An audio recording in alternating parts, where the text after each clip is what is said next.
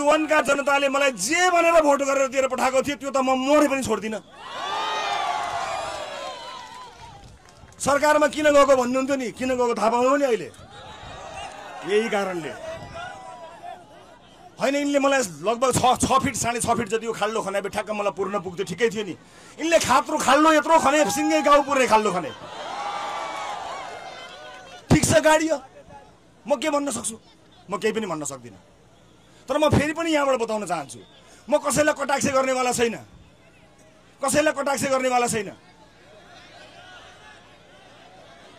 म नेपाली जनतालाई जिताउने यात्रामा अगाडि बढेको छु। नेपाली जनताले जित्दा कसले हार्छन् मलाई परवाह छैन। नेपाली जनतालाई जिताउने हो।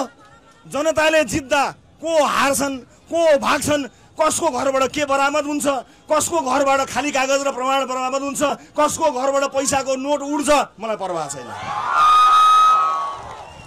मलाई परवाह छैन। तर जित्नु चाहिँ पर्छ। कसले? मैले होइन, तपाईले जित्ने हो, मैले होइन, तपाईले जित्ने हो। मैले अघि भने जस्तै अहिले जन्मिएका मात्र होइन, भोलि जन्मिने यो देशका बच्चाले जित्नुपर्छ, बच्चाले जित्नुपर्छ। यही देशमा भविष्य खोज्ने हो, यही देशमा हामी बस्ने हो, हामी भागेर जाने होइन, यही देशमा भविष्य खोज्ने हो। र भविष्य खोज्न विदेश गएकाहरूलाई पनि आफ्नो देश फर्कन सक्ने वातावरण बनाउन लड्ने हो र लडिरहने हो। उपस्थित आमाबुवा दाजुभाइ दिदीबहिनीहरू, आजको यो भेटघाटलाई अब म केही बेरमा छोट्याउन गइरहेको छु। मैले अघि पनि भने न्याय पाउने मेरो क्रम अगाडि बढेको छ। न्यायको लागि मेरो लडाईँ सकिएको छैन।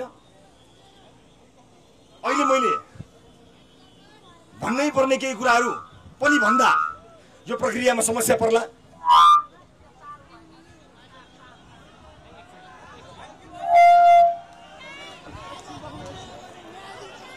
उपस्थित आमाबुवा दाजुभाइ दिदीबहिनीहरू, म अन्त्यमा आजको यो भेटघाटलाई छोट्याउनु पर्ने छ।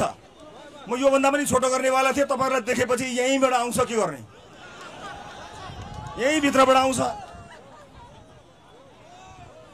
त्यसैले मेरो न्यायको लडाईँ बाँकी नै छ। न्याय पाउने आशामा म निरन्तर लडी नै रहेको छु। यो लडाईँमा तपाईँले दिनुभएको साथका लागि म तपाईँलाई धन्यवाद दिन चाहन्छु। र मैले हिजो भने जस्तै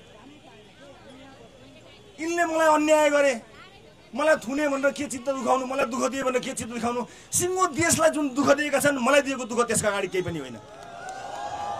सिङ्गो देश र पुस्तालाई दिएको यो दुःखको हिसाब हामीले मिलाउनु छ। यिनीहरूसँग बदला लिनु केही पनि जरुरी छैन। हामीले लड्नुपर्ने यिनीहरूसँग होइन, जसलाई जनताले अपदस्थ गर्यो उनीहरूसँग के लड्नु? हामी लड्ने त यिनले हामीलाई दिएको उपहार स्वरूप चढाएको रोग, शोक, गरिबी, अशिक्षा, बेरोजगारी विरुद्ध लड्ने हो। म जेनजी पुस्ताका दाजुभाइ दिदीबहिनीहरूलाई सलाम भन्न चाहन्छु। हामीले त चुनाव कुरेका थियौँ, तपाईँहरूले चुनाव कुर्नु भएन, बजाइदिनु हो।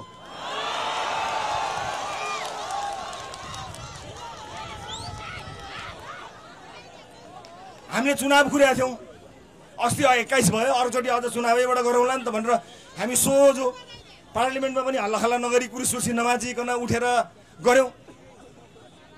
जेनजीले त बजाइदियो।